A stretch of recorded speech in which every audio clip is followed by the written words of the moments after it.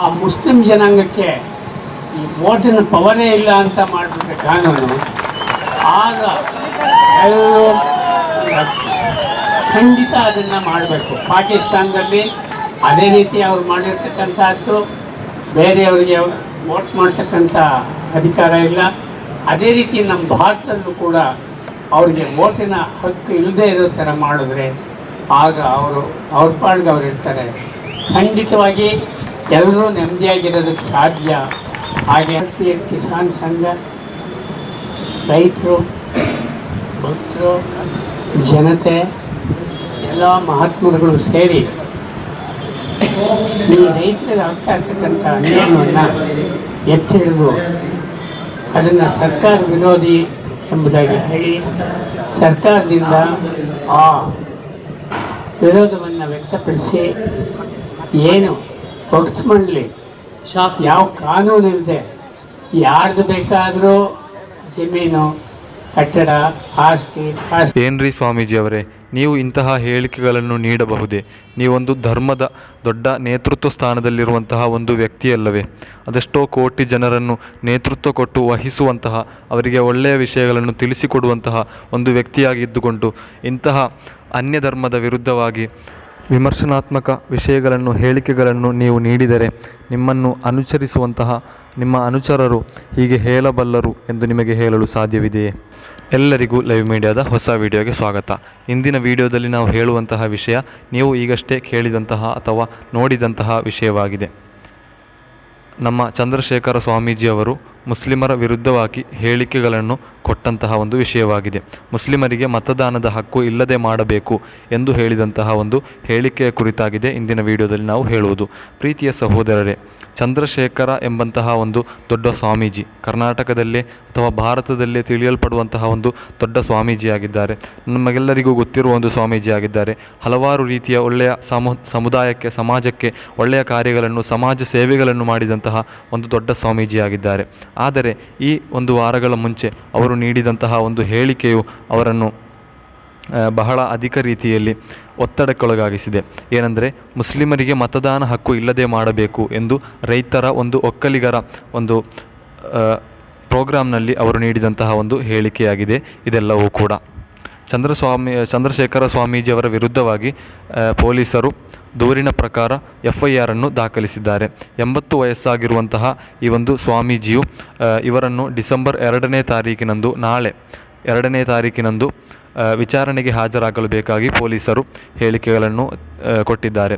ಹಾಗೆ ಸ್ವಾಮೀಜಿರವರಲ್ಲಿ ನೀವು ತನಿಖೆಗೆ ಹಾಜರಾಗುತ್ತೀರೇ ಎಂದು ಕೇಳಿದಾಗ ಸ್ವಾಮೀಜಿಯವರು, ನನಗೆ 80 ವರ್ಷ ಪ್ರಾಯವಾಗಿದೆ, ನನಗೆ ಆರೋಗ್ಯವಿದ್ದರೆ ನಾನು ಹೋಗುತ್ತೇನೆ, ಇಲ್ಲದಿದ್ದರೆ ಹೋಗುವುದಿಲ್ಲ ಎಂದು ಹೇಳಿದ್ದಾರೆ.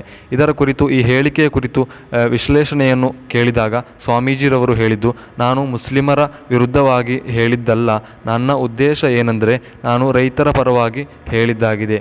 ಏನು ಸ್ವಾಮೀಜಿರವರೇ, ರೈತನ ಪರವಾಗಿ ಹೇಳುವಾಗ ಮುಸ್ಲಿಮರ ವಿರುದ್ಧವಾಗಿ ಹೇಳುವುದು ಹೇಗೆ? ಅದೆಲ್ಲವನ್ನೂ ಕೂಡ ಒಳ್ಳೆಯ ರೀತಿಯಲ್ಲಿ ಗಮನಿಸಿಕೊಂಡು ಹೇಳಬೇಡವೇ?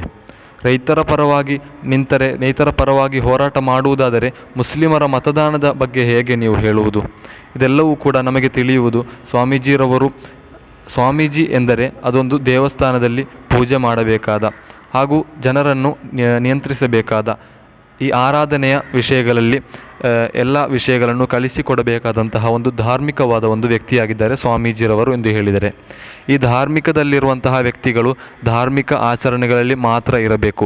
ರಾಜಕೀಯಕ್ಕೆ ಧಾರ್ಮಿಕ ವ್ಯಕ್ತಿಗಳು ಬರಬಾರದು. ಯಾಕಂದರೆ ಧಾರ್ಮಿಕ ಹಾಗೂ ರಾಜಕೀಯವು ಒಂದಾದರೆ ಅಲ್ಲಿ ಹಲವಾರು ಸಮಸ್ಯೆಗಳು ಬರುತ್ತದೆ. ನಾವು ಹಲವಾರು ವಿಷಯಗಳಲ್ಲಿ ಇದೆಲ್ಲವೂ ಕೂಡ ನಾವು ಕಲಿತವರಾಗಿದ್ದೇವೆ ಪ್ರೀತಿಯ ಸಹೋದರರೇ. ಹಾಗೆ ನಮ್ಮ ಸ್ವಾಮೀಜಿಯವರು ಎಂದು ಮಾತ್ರವಲ್ಲ, ಧಾರ್ಮಿಕವಾಗಿರುವಂತಹ ಉಸ್ತಾದರುಗಳು ಕೂಡ ಇಂತಹ ರೀತಿಯಲ್ಲಿ ಹೇಳಿಕೆಗಳನ್ನು ನೀಡಬಾರದು.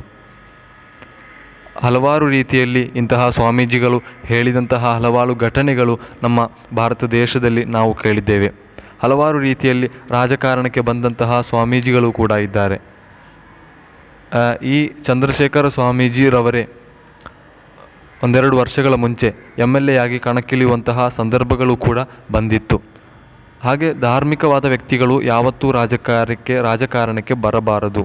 ಬಂದರೆ ಇಂತಹ ಗತಿಗಳು ಈಗ ಅವರು ಹೇಳಿಕೆ ನೀಡಿದಂತಹ ಹೇಳಿಕೆಗಳು ನೀಡಿದರೆ ಈ ಸಮಾಜದಲ್ಲಿ ಬಹಳ ಅಧಿಕ ಚರ್ಚೆಯಾಗಿಕೊಂಡು ಅವರು ಒತ್ತಡಕ್ಕೆ ಗುರಿಯಾಗುತ್ತಾರೆ. ಅವರು ಹಾಗೆ ಹೇಳಿಬಿಡುತ್ತಾರೆ. ಅವರ ಸ್ವಾಭಿಮಾನವೇ ನಷ್ಟ ಹೊಂದುತ್ತದೆ. ಹಾಗೆ ಉತ್ತರ ಪ್ರದೇಶದ ಮುಖ್ಯಮಂತ್ರಿಗಳು ಯೋಗಿ ಆದಿತ್ಯನಾಥ್ರವರು ಅವರೊಂದು ಸ್ವಾಮೀಜಿಯಾಗಿದ್ದು ಅವರು ಹೇಗೆ ಅಲ್ಲಿ ಮುಖ್ಯಮಂತ್ರಿ ಆಗಬಹುದು? ಒಂದು ಮುಖ್ಯಮಂತ್ರಿಯಾಗುವಾಗ ಅಲ್ಲಿರುವ ಎಲ್ಲ ಜನರನ್ನು ಕೂಡ ಒಳ್ಳೆಯ ರೀತಿಯಲ್ಲಿ ಮುಂದೆ ನಡೆಸುವುದು, ಅಲ್ಲಿನ ಜನರ ಕಷ್ಟಗಳನ್ನು ತಿಳಿಯುವುದು, ಮುಸ್ಲಿಮರನ್ನು, ಹಿಂದೂಗಳನ್ನು, ಕ್ರಿಶ್ಚಿಯನರನ್ನು, ಬೌದ್ಧರನ್ನು, ಸಿಖ್ಖರನ್ನು ಎಲ್ಲರನ್ನೂ ಒಂದೇ ರೀತಿಯಲ್ಲಿ ನೋಡುವುದು, ಇದೆಲ್ಲವೂ ಕೂಡ ಆ ಮುಖ್ಯಮಂತ್ರಿಯ ಬಾಧ್ಯತೆಗಳಾಗಿದೆ.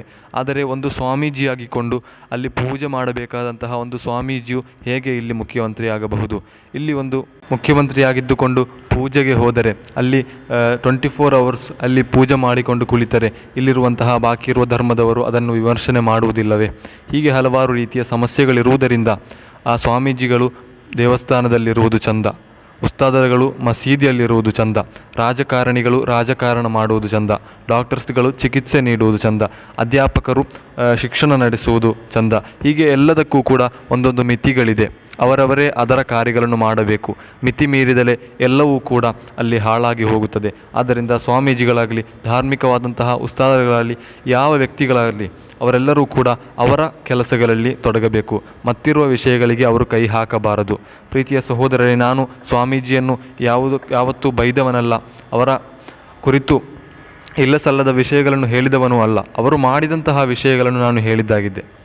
ಹೀಗೆ ಹೇಳಿಕೆ ನೀಡಿದ ಸ್ವಾಮೀಜಿಯನ್ನು ಸಪೋರ್ಟ್ ಮಾಡುವಂತಹ ಹಲವಾರು ನಾಯಕರು, ರಾಜಕೀಯ ನಾಯಕರಿದ್ದಾರೆ, ಹಲವಾರು ಮುಖಂಡರಿದ್ದಾರೆ, ಸಾಧಾರಣ ಜನರಿದ್ದಾರೆ, ಎಲ್ಲರೂ ಕೂಡ ಇದ್ದಾರೆ. ಯಾಕೆ ಸಪೋರ್ಟ್ ಮಾಡಬೇಕು? ಇವರು ಮಾಡಿದ್ದು ತಪ್ಪಾಗಿದೆ. ತಪ್ಪು ಅಂದರೆ ಅದನ್ನು ತಪ್ಪು ಎಂದೇ ಹೇಳಬೇಕು. ಕಾನೂನು ಎಲ್ಲರಿಗೂ ಒಂದೇ ಆಗಿದೆ. ಆದ್ದರಿಂದ ಸ್ವಾಮೀಜಿಗೆ ಬೇರೆ ಕಾನೂನು, ರಾಜಕಾರಣಿಗೆ ಬೇರೆ ಕಾನೂನು, ಹೀಗೆ ಯಾರಿಗೂ ಕೂಡ ಕಾನೂನುಗಳು ಬೇರೆ ರೀತಿಯಲ್ಲಿಲ್ಲ. ಎಲ್ಲರಿಗೂ ಕೂಡ ಕಾನೂನುಗಳು ಒಂದೇ. ಆದ್ದರಿಂದ ಸ್ವಾಮೀಜಿಯು ತಪ್ಪು ಮಾಡಿದರೆ ಅದು ತಪ್ಪೇ, ಉಸ್ತಾದ್ ತಪ್ಪು ಮಾಡಿದರೂ ತಪ್ಪೇ, ಎಲ್ಲರೂ ಯಾರು ತಪ್ಪು ಮಾಡಿದರೂ ಅದು ತಪ್ಪೇ ಆಗಿದೆ. ಆದ್ದರಿಂದ ಸ್ವಾಮೀಜಿಯ ವಿಷಯದಲ್ಲಿ ನಾವು ಯಾವತ್ತೂ ಕೂಡ ಅದು ತಪ್ಪಲ್ಲ ಎಂದು ಹೇಳಬಾರದು. ಕಾನೂನಿನ ಮುಂದೆ ಎಲ್ಲರೂ ಒಂದಾಗಿದೆ. ಅವರು ಕೂಡ ಅದನ್ನು ಹೇಳಿದ್ದಾರೆ. ವಿರೋಧ ಪಕ್ಷದ ನಾಯಕರಾದ ಅಶೋಕ್ರವರು ಹೀಗೆ ಹಲವಾರು BJPಯ ನೇತಾರರು ಸೇರಿಕೊಂಡು ಅವರನ್ನು ಸ್ವಾಮೀಜಿಯವರನ್ನು ಭೇಟಿ ಮಾಡಿಕೊಂಡು ಅವರಲ್ಲಿ ನಾವಿದ್ದೀವಿ ಎಂದೆಲ್ಲ ಹೇಳಿದ್ದಾರೆ. ಹಾಗೂ ಇಂದಿನ ಗೌರ್ಮೆಂಟನ್ನು ಅವರು ದೂರಿಕೊಂಡಿದ್ದಾರೆ. ಯಾಕೆ ಗೌರ್ಮೆಂಟನ್ನು ಹೇಳಬೇಕು? ಅವರು ಅಂತಹ ಹೇಳಿಕೆಗಳನ್ನು, ವಿಮರ್ಶನಾತ್ಮಕವಾದ ಹೇಳಿಕೆಗಳನ್ನು ನೀಡಿದರೆ ಕಾನೂನಿನ ಪ್ರಕಾರ ಎಲ್ಲರೂ ಕೂಡ ಕಾನೂನಿಗೆ ತಲೆಬಾಗಬೇಕು. ಅದರಿಂದ ಅವರಿಗೂ ಕೂಡ ಶಿಕ್ಷೆಯಾಗುತ್ತೆ. ಅವರಿಗೆ ನೀಡಬೇಕಾದಂತಹ ಶಿಕ್ಷೆಯನ್ನು ನೀಡಬೇಕು. ಅವರು ಕ್ಷಮೆ ಯಾಚಿಸಿದ್ದಾರೆ ಎಂದು ಹೇಳಲ್ಪಡುತ್ತದೆ. ಹಾಗೆ ಕ್ಷಮೆ ಯಾಚಿಸಿದರೆ ಅವರಿಗೆ ಕ್ಷಮೆಯನ್ನು ನೀಡುವುದೋ ಅಥವಾ ಯಾವುದಾದರೂ ಕಾನೂನು ಕ್ರಮಗಳನ್ನು ತೆಗೆಯುವುದೋ ಏನನ್ನು ಕೂಡ ಆ ಪೊಲೀಸರು ಮಾಡಬಹುದು. ಆದ್ದರಿಂದ ರಾಜಕಾರಣಿಗಳು ರಾಜಕಾರಣ ಮಾಡಬೇಕು, ಒಳ್ಳೆಯ ರೀತಿಯಲ್ಲಿ ರಾಜಕಾರಣ ಮಾಡಬೇಕು. ಧಾರ್ಮಿಕ ಮುಖಂಡರು ಧರ್ಮವನ್ನು ಪರಿಪಾಲನೆ ಮಾಡಬೇಕು. ಅಲ್ಲದೆ ಇಂತಹ ವಿಷಯಗಳಿಗೆ